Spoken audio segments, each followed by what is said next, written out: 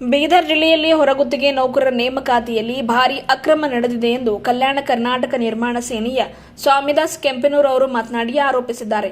ಈ ಸಂಬಂಧ ಸಂಘದ ಪದಾಧಿಕಾರಿಗಳು ಬೀದರ್ ನಗರದಲ್ಲಿ ಶುಕ್ರವಾರ ಜಿಲ್ಲಾಧಿಕಾರಿಗೆ ಸಲ್ಲಿಸಿರುವ ದೂರಿನಲ್ಲಿ ತಿಳಿಸಿದ್ದಾರೆ. ಜಿಲ್ಲಾ ಕಾರ್ಮಿಕರ ವಿವಿಧೋದ್ದೇಶ ಸಹಕಾರ ಸಂಘ ಹಾಗೂ ಕೆಲ ಅಧಿಕಾರಿಗಳು ಸೇರಿಕೊಂಡು ನಿಯಮ ಉಲ್ಲಂಘಿಸಿದ್ದಾರೆ. ಸಮಗ್ರ ಶಿಕ್ಷಣ ಬೀದರ್ ಕಚೇರಿಯಲ್ಲಿ 22 ಅಕ್ರಮ ನೇಮಕ ನಡೆದಿದೆ. ಇದರಲ್ಲಿ ಇಬ್ಬರಿಗೆ ವಿದ್ಯಾರ್ಹತೆ ಇಲ್ಲ, ಆದರೂ ನೇಮಕಾತಿ ಮಾಡಲಾಗಿದೆ. ನಿಯಮದ ಪ್ರಕಾರ ಟೆಂಡರ್ ಕರೆದು ನೇಮಕ ಮಾಡಬೇಕಾಗಿದೆ. ಜಿಲ್ಲಾಧಿಕಾರಿ ಹೆಸರಿನಲ್ಲಿ ನೇಮಕಾತಿ ನಡೆಸಲಾಗಿದೆ. 10 ದಿನಗಳಲ್ಲಿ ತಪ್ಪಿತಸ್ಥರ ವಿರುದ್ಧ ಕ್ರಮ ಕೈಗೊಳ್ಳಬೇಕು, ಇಲ್ಲವಾದಲ್ಲಿ ಜಿಲ್ಲಾಧಿಕಾರಿ ಕಚೇರಿ ಎದುರು ಧರಣಿ ಮಾಡಲಾಗುವುದು ಎಂದು ಈ ಮೂಲಕ ಎಚ್ಚರಿಕೆ ನೀಡಿದರು.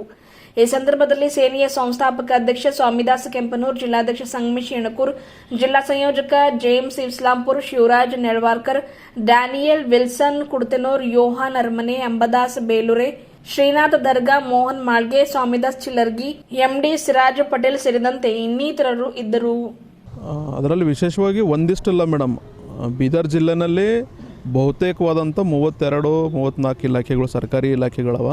ಅದರಲ್ಲಿ ಸಂಪೂರ್ಣವಾಗಿ ಬೀದರ್ ಜಿಲ್ಲಾ ಕಾರ್ಮಿಕರ ವಿವಿಧೇಶರ ಸಂಘ ಅಂತ ಮಾಡ್ಕೊಂಡಿದ್ದಾರೆ. ಬೀದರ್ ಜಿಲ್ಲೆನಲ್ಲಿ DC ಅಧ್ಯಕ್ಷರಿರ್ತಾರೆ, ಉಳ್ಕೊಂಡಿರೋರು ಸೆಕ್ರೆಟ್ರಿ, ಜಿಲ್ಲಾ ಪಂಚಾಯತ್ CO ಅವ್ರು ಸೆಕ್ರೆಟ್ರಿ ಇರ್ತಾರೆ, ಉಳ್ಕಿನವ್ರು ಮೆಂಬರ್ ಇರ್ತಾರೆ, ಮತ್ತು ಸಂಘ ಸಂಸ್ಥೆದವರು ಮೆಂಬರ್ ಇರ್ತಾರೆ.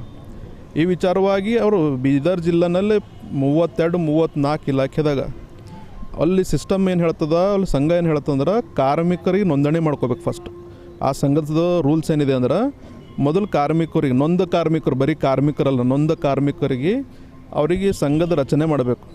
ಅವರಿಗಾಗಲಿ ಅವ್ರ ಮಕ್ಕಳಿಗಾಗಲಿ ನಿಯಮಾನುಸಾರವಾಗಿ ಅವರು ವಿದ್ಯಾರ್ಥಿಗೆ ಅನುಗುಣವಾಗಿ ಎಲ್ಲಿ ನೌಕರಿ ಖಾಲಿ ಅವ ಅಲ್ಲಿ ಅವ್ರ ಬಳಿ ಏಜೆನ್ಸಿಗೆ ಹೋಗಿ ಅವ್ರು ಟೆಂಡರ್ ಹಾಕಿ ನೌಕರಿ ತೊಗೋರಿ ಅಂತ ಅವ್ರದ್ದೇ ಬೈಲ ಹೇಳ್ತದ್ರಿ. ಯಾರ್ದು? DC ಅಧ್ಯಕ್ಷ ಇದ್ದೀನವ್ರದ್ದು. DC ಅಧ್ಯಕ್ಷ ಇದ್ದಿನ ಸಂಘ ಅದ ನೋಡ್ರಿ, ಅದೇ ಹೇಳ್ತದೆ. ಆದ್ರೆ ಇವತ್ತು ಏನಾಗಲತ್ತಂದ್ರೆ ಅದು ಮತ್ತು ಕಾರ್ಮಿಕರಿಗೆ ಬರೀ ಸೀಮಿತ ಅದ ರೀ. ಕಾರ್ಮಿಕನಕ್ಕೆ ಹುಡುಗೋದು, ತೊಳೆಯೋದು, P1 ಅಟೆಂಡರ್ಸು, D ಗ್ರೂಪ್ ಅಂತ. ಈ ಕಾರ್ಮಿಕ ಇಲಾಖೆಯಲ್ಲಿಂದ ಇವತ್ತು ಬೀದರ್ ಜಿಲ್ಲೆದಾಗ ಬ್ರೀಮ್ಸ್ ಅಧಿಕಾರಿಗಳು ನೇಮಕ ಆಗಲತ್ತಾರ. ನೋಡಿರ್ಬೋದು ನೀವು, ಡಾಕ್ಟರ್ಗಳು ನೇಮಕಾತಿ ಆಗಲತ್ತಾರ, ಮತ್ತು FDCಗಳು ನೇಮಕಾತಿ ಆಗಲತ್ತಾರ, ದೊಡ್ಡ ದೊಡ್ಡ ಪೋಸ್ಟ್ಗಳು ಕೂಡ ನೇಮಕಾತಿ ಆಗಲತ್ತಾವ. ಇದು ಸುಮಾರು 8-10 ವರ್ಷದಿಂದ ನಡ್ಕೊತ ಹೊಂಟದ. ನಾವು ಸುಮಾರು ಇದು 4 ವರ್ಷದಿಂದ ಮೂಮೆಂಟ್ದಾಗ ಇದ್ದೀವಿ. ಈ ಹೊರಗುತ್ತಿಗೆ ಆಧಾರ ಮೇಲೆ ನೀವು ತೊಗೋತಾ ಇದ್ದೀರಿ, ಇದು ಕಾನೂನು ಬಾಹಿರದ. ಮತ್ತು ನೀವು DC ಅವರು ಅಧ್ಯಕ್ಷತೆದಾಗ ಏನು ಬೈಲ ಮಾಡ್ಕೊಂಡಿದ್ದೀರಿ, ನಿಮ್ಮ ಬೈಲನೇ ಇದಕ್ಕೆ ವಿರೋಧಾಗಿ ಹೇಳತ್ತದ. ನಿಮ್ಮ ಬೈಲದ್ದು ನೀವೇ ಉಲ್ಲಂಘನೆ ಮಾಡತ್ತೀರಿ. ಆ್ಯಸ್ ಎ DC ಅವರಾಗಿ ನೀವೇ ವಿರೋಧ ಮಾಡತ್ತೀರಿ, ನೀವೇ ಉಲ್ಲಂಘನೆ ಮಾಡತ್ತೀರಿ. ಈಗ ಆಯಾ ಜಿಲ್ಲಾ ಏನು ಕಚೇರಿಗಳವ, ಆ ಕಚೇರಿಗಳ್ದಾಗ ಸಂಪೂರ್ಣವಾಗಿ ಸ್ಪಷ್ಟವಾಗಿ ಪ್ರತಿ ವರ್ಷ ಒಂದು ಸುತ್ತೋಲೆ ಬರ್ತದೆ, ಮಾರ್ಗಸೂಚಿ ಬರ್ತದೆ ಆಯಾ ಇಲಾಖೆಗೆ. ನೀವೇನು ಮಾಡ್ಬೇಕಂದ್ರೆ ಹೊರಗುತ್ತಿಗೆ ಆಧಾರದ ಮೇಲೆ ನೇಮಕಾತಿ ತೊಗೊಂಬತ್ತಿನ ಟೆಂಡರ್ ಮಾಡಬೇಕು.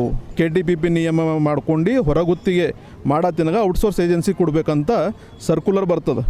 ಆ ಸರ್ಕ್ಯುಲರ್ ಸಂಪೂರ್ಣವಾಗಿ ಇವರು ವೈಲೆನ್ಸ್ ಮಾಡ್ತಾಯಿದ್ದಾರೆ, ಉಲ್ಲಂಘನೆ ಮಾಡ್ತಾಯಿದ್ದಾರೆ. ನಿಯಮ ಬಾಹಿರವಾಗಿ ಇದನ್ನು ನೇಮಕಾತಿ ಮಾಡ್ತಾಯಿದ್ದಾರೆ. ಒಂದೊಂದು ಅಧಿಕಾರಿ ನಾವು ಹೋಗಿ ಕೇಳಿದಾಗ ಸುಮಾರು ನಾವು ಇಲ್ಲಾಂದ್ರೆ 30-28 ಇಲಾಖೆಗಳಿಗೆ ಪತ್ರ ಕೊಟ್ಟಿವಿ, ಇದು ಹೆಂಗೆ ಅಂತ. ಅವ್ರು ಎಲ್ಲರೂ ಕೂಡ DCನೇ ಹೇಳ್ತಾರೆ. DC ಅಪ್ರೂವಲ್ ಕೊಡ್ತಾರೆ ರೀ, ನಾವು ಮಾಡ್ತೇವೆ ರೀ. DC ಅಪ್ರೂವಲ್ ಕೊಡ್ತಾರೆ, ನಾವು ಮಾಡ್ತೇವೆ. ಬಟ್ ಇದು ದೊಡ್ಡ ನಮ್ಮ ಬೀದರ್ ಜಿಲ್ಲೆದಾಗ ದೊಡ್ಡ ಸ್ಕ್ಯಾಮ್ ಅದ. ಯಾರು ಶಿಕ್ಷಣ ಕಲ್ತು ಕುಂತಿದ್ದಾರೆ ಮನೆಗೆ, ಅವ್ರಿಗೆ ಗೊತ್ತಿಗೆ ಭೀ ಮನೆಗೆ ಯಾರ ಬಲ್ಲಿ ರೊಕ್ಕ ರೂಪಾಯಿ ರಿಕಮೆಂಡ್ ಪೊಸಿಷನ್ ಅದ, ಅವ್ರು ಓದ್ಲಾಕ್ಕೆ ಬರೋ ಹೋದ್ರು ಭೀ ಡೂಪ್ಲಿಕೇಟ್ ಸರ್ಟಿಫಿಕೇಟ್ ಮೇಲೆ. ಯಾಕೆ ಡೂಪ್ಲಿಕೇಟ್ ಸರ್ಟಿಫಿಕೇಟ್ ಅಂತ ಹೇಳತ್ತೀನಂದ್ರೆ, ನಿನ್ನೆ DDPI ಡಿಪಾರ್ಟ್ಮೆಂಟ್ನಲ್ಲಿ 22 ಹೊರಗುತ್ತಿಗೆ ಆಧಾರ ಮೇಲೆ ಸೇವೆ ತೊಗೊಂಡಿದ್ದಾರೆ. ಅದ್ರಾಗ ಇಬ್ಬರಿಗೂ ಡಾಕ್ಯುಮೆಂಟೇ ಇಲ್ಲ, ಅತಿಥಿ ಇಲ್ಲ. D ಗ್ರೂಪ್ನಲ್ಲಿ ಈಗ ಆ್ಯಸ್ ಎ ಕಂಪ್ಯೂಟರ್ ಆಪ್ರೇಟರ್ಸರ, ಮತ್ತೊಬ್ಬರು ಬೇರೆ ವರ್ಕ್ ಮಾಡ್ತಾರೆ. ಅಂಥವ್ರು ಅವರು ಅದು ಶಿಕ್ಷಣನೇ ಕಲ್ತಿಲ್ಲದು, ಅದಕ್ಕೆ ಎಲಿಜಿಬಲೇ ಇಲ್ಲ. ಆದರೂ ಕೂಡ ಅವರು ನೇಮಕಾತಿ ಮಾಡ್ಕೊಂಡಾರೆ. ಯಾಕಂದ್ರೆ ಬಲ್ಲಿ ರೊಕ್ಕ ಅದ, ರೂಪಾಯಿ ಅದ, ಮತ್ತು ರಾಜಕೀಯ ಶಕ್ತಿ ಅದ. ಮತ್ತು ಇಲ್ಲಿ ಮೇನ್ ಸಮಸ್ಯೆನೇ ಅದ, ಜಿಲ್ಲಾ ಹೆಡ್ ಕ್ವಾರ್ಟರ್ದಾಗ ಕೇಳೋರು ಯಾರು ಭೀ ಇಲ್ಲ. ಇವತ್ತು 32 ಜಿಲ್ಲೆದಾಗ 32 ಡಿಪಾರ್ಟ್ಮೆಂಟ್ದಾಗ ಇಷ್ಟೇ ನಡೆದದ್ರಿ. ಇದೇ ವಿಚಾರ ನಾವು ನಿನ್ನ DC ಅವ್ರಿಗೆ ಕೇಳಕ್ಕೆ ಹೋದಾಗ DC ಅವ್ರು ನಮಗೆ ಸಿಗಲಿಲ್ಲ. ADC ಅವ್ರಿಗೆ ಮನವಿ ಪತ್ರ ಕೊಟ್ಟು ಬಂದೀವಿ. ADC ಅವ್ರು ಏನು ಹೇಳ್ತಾರಂದ್ರೆ, ಇದು ಅವರೇ ಅನುಮೋದನೆ, ನಂಬಲ್ಲಿ ಬರೀ ಅನುಮೋದನೆ ತೊಗೊಳಕ್ಕೆ ಬರ್ತಾರೆ. ಇದು ನನಗೆ ಗೊತ್ತಿದ್ದ ವಿಚಾರ ಅದ. ಅವರೇ ಒಳ್ಳೆ ಸೆಲೆಕ್ಷನ್ ಮಾಡ್ಕೋತಾರೆ, ಅನುಮೋದನೆ ತೊಗೋತಾರೆ ಅಂತ ಅವರೇ ಹೇಳತ್ತಾರೆ. ಬಟ್ ಇದು ಸಂಪೂರ್ಣವಾಗಿ ನಿಯಮ ಬಾಹಿರದ. ಮತ್ಲಪ್ಪೇ ಇಲ್ಲ ನೋಡಿರಿ. DC ಅವರಿಗೆ ಅದೇ ಕೇಳಕ್ಕೆ ಹೋಗಿ ಮೊನ್ನೆ ನಾವು ಅಂಗನವಾಡಿ ನೇಮಕಾತಿದಾಗ ಒಂದು DC ಪೋಸ್ಟ್ ಅದ ಮೇಡಮ್ ಅವ್ರಿಗೆ, ಅವರು ಕುಂತು ಅಂಗನವಾಡಿ ನೇಮಕಾತಿ ಮಾಡ್ಲತ್ತಾರ. ನಮ್ಮ ಬೀದರ್ ಜಿಲ್ಲಾ ವ್ಯವಸ್ಥೆ ಹೆಂಗಾಗ್ಯದಂದ್ರೆ ಈಗ CDPO ಇರ್ತಾರೆ, ಅವ್ರ ಕೆಲಸ ಏನದ? ಮಹಿಳಾ ಮತ್ತು ಮಕ್ಕಳ ಕಲ್ಯಾಣ ಇಲಾಖೆ ಅಧಿಕಾರಿ DD ಅವ್ರು ಇರ್ತಾರೆ, ಅವ್ರ ಕೆಲಸ ಏನದ? ಎಲ್ಲ DC ಮಾಡಬೇಕಾದ್ರೆ ಮತ್ತು ನೀವು DDP ಅವ್ರು DD ಅವ್ರು ಏನು ಮಾಡತ್ತಾರ, CDPO ಅವ್ರು ಏನು ಮಾಡತ್ತಾರ, ಅವರೆಲ್ಲ ಮಾಡಿ ಅನುಮೋದನೆ ತೊಗೊಂಬಂದಿರ್ತಾರೆ DC ಹತ್ರ ಬಂದು. ಆದರೆ DC ಅವ್ರು ಕುಂತು ಅವ್ರಿಗೆ ಇಂಟರ್ವ್ಯೂ ಮಾಡತ್ತಾರೆ, ಯಾರಿಗೆ? ಅಂಗನವಾಡಿ ಸಹಾಯಕರಿಗೆ. ಇದನ್ನು ಕೂಡ ಅವತ್ತು ನಾವು ವಿರೋಧ ಮಾಡಿದ್ದೇವೆ. ಅಂದ್ರೆ ನಮ್ಮ ಜಿಲ್ಲಾದ ವ್ಯವಸ್ಥೆ ಹೆಂಗಾಗ್ಯದ, ಪ್ರತಿಯೊಂದು DC ಮಾಡಬೇಕು. ಹೌದು ಹೌದು